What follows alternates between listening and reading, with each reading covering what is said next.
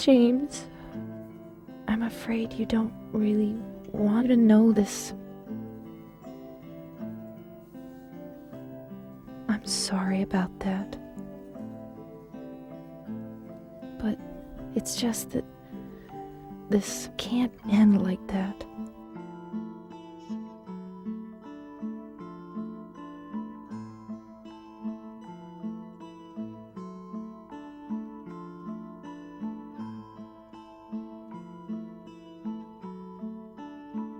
Alors d'abord, Silent Hill 1 était mon jeu préféré jusqu'à maintenant.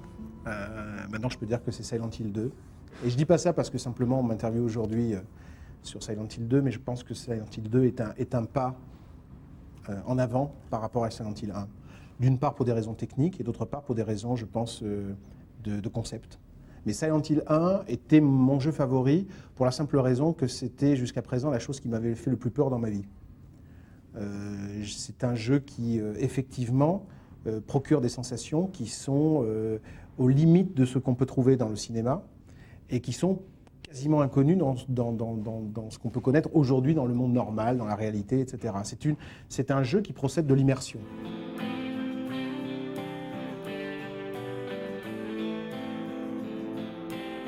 I'm not your Mary. Silent Hill 1 était un jeu qui montrait qu'on pouvait descendre très loin dans ses propres émotions en jouant à un jeu. Or, d'après ce qu'on sait, que ce soit en matière de peinture, de littérature, de cinéma, les grandes œuvres sont celles qui nous font descendre à l'intérieur de nos sentiments et de nos sensations. Donc cela laissait à penser que Silent Hill 1 était une œuvre d'art. Et Silent Hill 2 est une œuvre d'art encore plus élaborée à mon sens.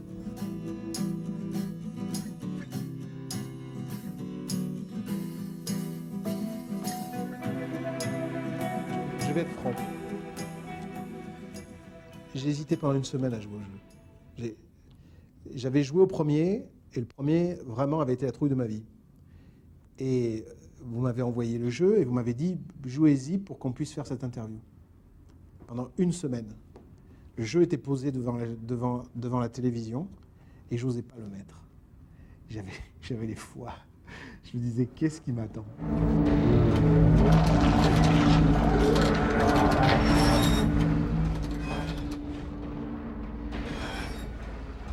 La peur dans Silent Hill 2, elle est bâtie sur des sentiments que tous les êtres humains partagent, qui sont la perte d'un être cher, le deuil, la perte d'un amour, la mélancolie, la tristesse. C'est un jeu qui est triste, mais vraiment triste, au sens romantique du terme, au sens où tout est bâti sur vraiment le vide émotionnel que ressent un personnage qui est à la recherche de la personne qu'il aime le plus. Donc à partir de ce moment-là, le fait que tout est bâti sur, non pas la recherche d'un trésor, non pas la recherche... En fait, que le film n'est pas bâti sur des valeurs héroïques, qui sont souvent les valeurs d'un jeu. Quand on joue à Zelda, on va rechercher le Graal, en quelque sorte. On se bat pour quelque chose, pour l'avenir du monde, pour que les gens sympathiques restent toujours vivants et ne soient pas agressés par les méchants, etc., etc. Des valeurs qui sont naïves, certes, mais totalement respectables et qui fondent la plupart des jeux d'heroic fantasy, des jeux d'aventure, etc. L'avenir du monde. Dans le cas de Silent Hill, là aussi le jeu procède vraiment de quelque chose de profondément intime. Vous recherchez quelqu'un que vous avez perdu. Et pas que vous avez perdu simplement physiquement, que vous avez perdu émotionnellement. Et c'est là où le jeu finit par vous engloutir dans un sentiment qui est un sentiment vraiment, vraiment pénible. James, wait. Please don't go. Stay with me. Don't leave me alone. I didn't mean what I said. Please, James. Mais je dis bien, c'est pour moi, Silent Hill, c'est une œuvre romantique, de romantisme noir. Au sens où il y avait des poètes romantiques, au sens où il y a eu des rockers romantiques. Je veux dire, c'est dans la suite de ça. C'est dans la suite d'un courant qui a toujours essayé d'exprimer, je dirais, l'inconfort du monde moderne, l'inconfort d'une société qui finalement, dont la seule peur, c'est celle de la maladie, par exemple. Je pense que ce jeu est simplement le nouvelle pièce étalon d'un vieux sentiment qu'on appelle en termes romantiques le spleen, et que là, eux pousse jusqu'à un niveau réellement étonnant, quoi. Mary? James.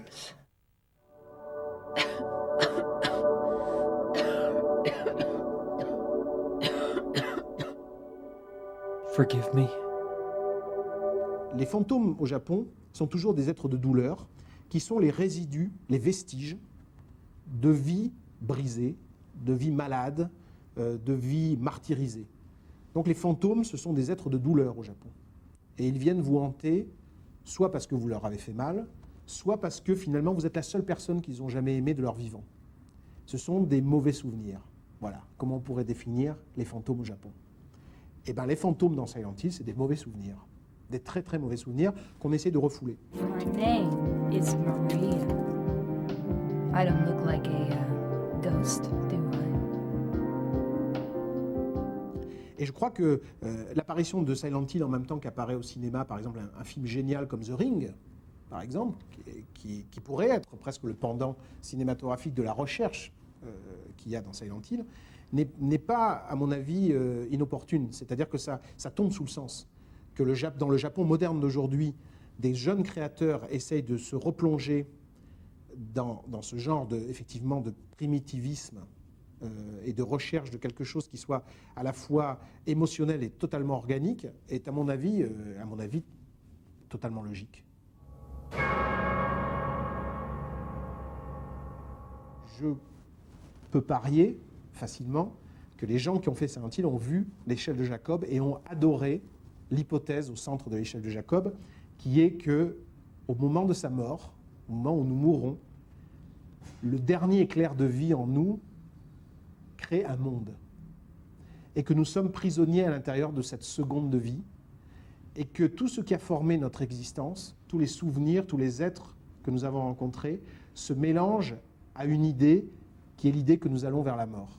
Donc en quelque sorte, nous sommes dans un espace intermédiaire entre la vie et la mort, qu'on pourrait qualifier de purgatoire, dans un sens judéo-chrétien, et qui est donc un état suspendu, qui peut durer plus ou moins longtemps, et dans lequel, en quelque sorte, on revit d'une manière abstraite, étrange, une partie de ce qui a guidé notre existence.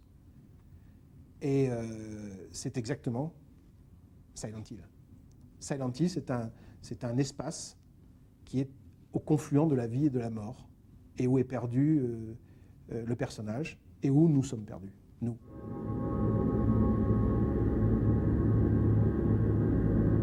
À part l'affiliation directe avec le film d'Adrian Lyne, L'échelle de Jacob, les codes cinématographiques, moi je pense qu'ils sont très, très, très transgressés et très surpassés dans le jeu. Je dis bien le premier plan qui est celui de s'ouvrir, où on se regarde dans le miroir, je pense que ça transgresse beaucoup l'idée cinématographique. L'une des grandes transgressions du cinéma, c'est effectivement de placer la caméra face à un miroir sans qu'on la voie. Il faut le savoir. Hein. Quand les créateurs de Silent Hill vous placent directement face à un miroir, ils font en quelque sorte un pas de côté qui les sépare du cinéma. Puisque finalement, ils représentent directement ce qui est l'une des grandes transgressions du cinéma. Regarder dans un miroir. La caméra ne peut pas se regarder dans un miroir. Ça sera forcément un effet spécial. Comme dans Peggy Sue, le film de Coppola. Tandis que dans Silent Hill, c'est vous qui vous regardez dans le miroir. Donc c'est plus tout à fait du cinéma. Donc je dis bien, les codes du cinéma sont transgressés à un moment ou à un autre. Et puis quel est le film aujourd'hui où on descend pendant 3 minutes dans un couloir? J'aimerais bien que vous me disiez. Quel est le film où au bout d'un moment, on se dit mais c'est pas possible, il va bien falloir que ce foutu corridor s'arrête. Mais où je vais, moi? Il n'y a pas de film qui joue là-dessus. Personne n'a le culot de le faire. Mais eux, ils ont le culot de le faire. Ils ont le culot de représenter des choses qui sont... Mais parce que... Récemment, j'étais interviewé par les Cahiers du cinéma sur le rapport entre le cinéma et les jeux. Et j'avais conclu en disant, il faudra se mettre dans la tête que si on veut faire des bonnes adaptations de jeux vidéo, ce sera forcément des films très lents. Parce que les jeux, c'est l'atmosphère. Ce que j'adore aussi dans la façon dont la caméra bouge, c'est qu'elle a des chaos, des à-coups. Comme si c'était une caméra portée ou une caméra volontairement volontairement bancal. C'est-à-dire que c'est un univers instable, c'est un univers chaotique et c'est un univers effectivement où rien ne va être horizontal et vertical. Ça, c'est aussi quelque chose qui est assez étonnant. C'est-à-dire comment les programmeurs du jeu nous suggèrent par l'instabilité de la caméra ce qui va devenir finalement le grand plaisir coupable de ce film, qui est l'instabilité métaphysique qu'il nous fait ressentir. L'immense solitude morale, pas seulement la solitude morale que le jeu nous fait ressentir quand nous sommes obligés d'abattre une créature ou quand nous sommes obligés de rencontrer un personnage qui est visiblement cinglé, etc., etc. C'est-à-dire que c'est vraiment une plongée progressive, très précise à l'intérieur d'une sensation inconfortable et en même temps, et c'est là le grand paradoxe de la peur, profondément jouissive. Tout le travail pour rendre l'image étrange, pour lui donner une texture, pour avoir constamment l'impression que l'image, on la voit à travers un voile. C'est comme ces mauvais rêves dont on se souvient quand on se réveille le matin, et quand on ouvre les yeux, on ne se souvient pas seulement des images auxquelles on a rêvé, mais on s'en souvient à travers une espèce de matière, comme à travers un rideau aux mailles dilatées. Il y a quelque chose qui est par-dessus, qui est déjà en fait l'oubli, puisque en fait les images d'un rêve, elles sont très présentes dès qu'on se réveille, et puis après elles se désintègrent. Ce sont des images périssables. Et je pense qu'il y a quelque chose là-dedans qui est assez faramineux, c'est que les formes à l'intérieur du jeu ne sont pas pleines. Beaucoup de jeux vidéo essaient de rendre compte d'images pleines, de volume. Parce que l'obsession, évidemment, des images virtuelles, des images qui n'existent pas, c'est de rendre compte du volume. C'est une espèce de quête obsessionnelle de l'image de synthèse. Alors que eux, ils jouent volontairement sur l'idée que ce sont des images diffuses, qui sont en voie de désintégration. Donc ils n'hésitent pas à rajouter des couches de filtres pour créer l'idée qu'effectivement, on est en train de regarder quelque chose qui est proche de l'anéantissement. C'est-à-dire à cet aspect où rien n'est concret, tout va basculer, tout va s'écrouler. À tout moment, on se dit, le jeu va se désintégrer. C'est-à-dire que les murs vont s'écrouler sur eux-mêmes, tomber en charpie, en poudre, et derrière, il n'y aura plus que des ossements, il n'y aura plus que le rien, quoi, le vide. Je crois que l'un des moments émotionnels les plus forts du film, c'est un lapsus révélateur, du jeu, c'est quand on retrouve Angela à la fin, dans un escalier qui est en feu, et elle se met à dire des mots incohérents, etc.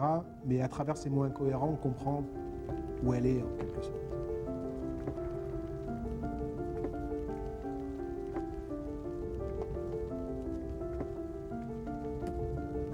Mama! Mama, I was looking for you! Now you're the only one left. Maybe then I can rest. Et c'est terriblement émouvant. C'est-à-dire qu'à ce moment-là, vous pouvez recomposer en fait le parcours d'Angela. Vous savez ce que voulait dire sa rencontre avec elle au début dans le cimetière, le fait qu'elle cherchait sa maman, le fait que vous l'avez croisée dans cette pièce avec cette chose qu'elle appelle papa, et que finalement à la fin, vous la retrouvez dans un escalier en feu. À ce moment-là, la boucle est bouclée et vous savez ce qu'est Angela. On trouve par exemple dans ce passage, dans lequel vous ne pouvez pas intervenir sur le cours du récit, les points d'inflexion qui sont ceux qui font la qualité du jeu quand vous y jouez, quand vous êtes le personnage. Notamment par exemple cette obsession d'avoir des miroirs dans lequel effectivement seul votre personnage se reproduit et non pas une caméra quelconque. Et là en plus le miroir occupe tout le mur du fond, et donc ce qui donne un sentiment extrêmement étrange finalement d'être en train de regarder par une fenêtre ouverte sur un autre monde, en fait sur un espace qu'on peut qualifier sans essayer d'élever trop le débat, de mental. C'est-à-dire qu'en fait, cette fenêtre, elle est ouverte sur votre tête, sur ce qui est à l'intérieur et de ce que vous essayez de comprendre dans ce que raconte cette fille, Angela, qui est là, par terre, avec un couteau, et qui est en train de vous dire qu'elle recherche sa mère, etc., alors que vous cherchez votre femme morte. Donc il est clair que tous les personnages à l'intérieur de Silent Hill sont en train de chercher quelqu'un qui n'est peut-être que, je dis bien, un souvenir, et que la mère d'Angela est comme votre femme, c'est-à-dire que c'est un souvenir enfui qu'elle essaye de traquer. Je pense que le grand miroir du fond représente aussi, à mon avis, sert aussi à créer l'effet de solitude. C'est-à-dire que ces personnages sont dans cette pièce à peu près vide, qui a l'air d'être humide, décomposée, dont la moquette a l'air d'être pourrie, etc. Toutes les couleurs sont des couleurs décomposées. Et ce grand miroir au fond renforce encore plus l'aspect de solitude, l'aspect désolé en fait de la pièce. Le fait que, à part vous et cette fille, il n'y a rien d'autre.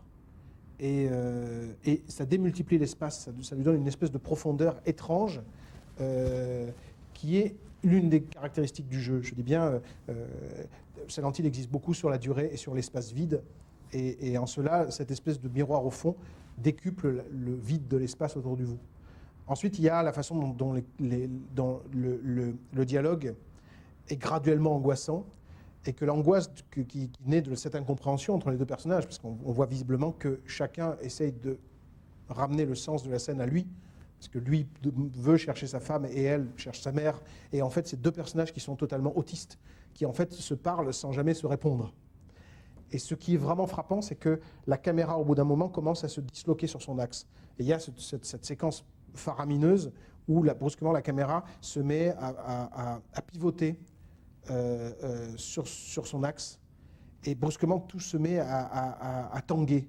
C'est-à-dire que la raison commence à chavirer au sens littéral du terme, et la façon dont c'est amené à l'intérieur du découpage, qui est au départ très précis, très classique, et au bout d'un moment tout se met à tanguer dangereusement, y compris le moment où elle a ce geste avec le couteau vis-à-vis de lui, et où la caméra brusquement semble se désolidariser du sol, et brusquement passe au-dessus du personnage, comme quelque chose qui serait presque vivant, quelque chose qui ne serait plus sur une dolly ou un bras de grue, mais serait brusquement quelque chose qui est l'apanage de la synthèse, c'est-à-dire une caméra qui n'existe pas.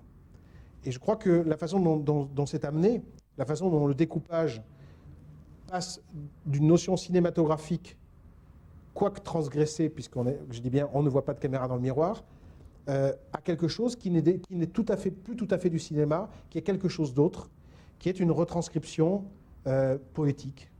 Je crois que le mot, il faut le dire. Une retranscription poétique du point de vue sur la scène. C'est-à-dire que la caméra n'est plus une caméra qui est censée filmer la scène avec un maximum de style, c'est un regard que les créateurs du jeu veulent graduellement angoissant. Ça fait partie des recherches que certains metteurs en scène actuels essayent de creuser. Je pense que le travail de David Fincher, Darren Aronofsky, Shinya Tsukamoto va dans ce sens, va dans le sens d'une poétisation de la caméra. Ils ont tous une volonté un jour que la caméra n'existe plus, que ça soit plus que leur regard qui se promène comme ça dans la scène et viennent capter ce qu'ils ont envie de capter, mais que la position même de la caméra renforce en fait l'émotion que la scène est censée susciter. Et je crois qu'ils essayent d'arriver à quelque chose comme ça, quelque chose qui est déjà dans Silent Hill. C'est-à-dire qu'il n'y a plus de caméra. Et s'il n'y a plus de caméra, il n'y a plus de public qui regarde le film, il y a juste un point de vue délétère, quelque chose qui tourne autour, là, quelque part. Et c'est vrai que ce décloisonnement entre la notion de hors cadre et dans le cadre est assez perturbante. Surtout que là, comme ils en sont très conscients, ils ne l'amènent pas tout de suite. Ils le font très progressivement, très, très sournoisement. Je pense que c'est un jeu sournois. Je pense que les gens qui font ça sont prodigieusement intelligents et prodigieusement sournois. La plus grande erreur à commettre, si on veut adapter Silent Hill, et spécialement Silent Hill 2, c'est de ne pas être à hauteur des gens extraordinaires qui ont fait ce jeu. Voilà ce que je dirais. L'absence de talent serait totalement répréhensible.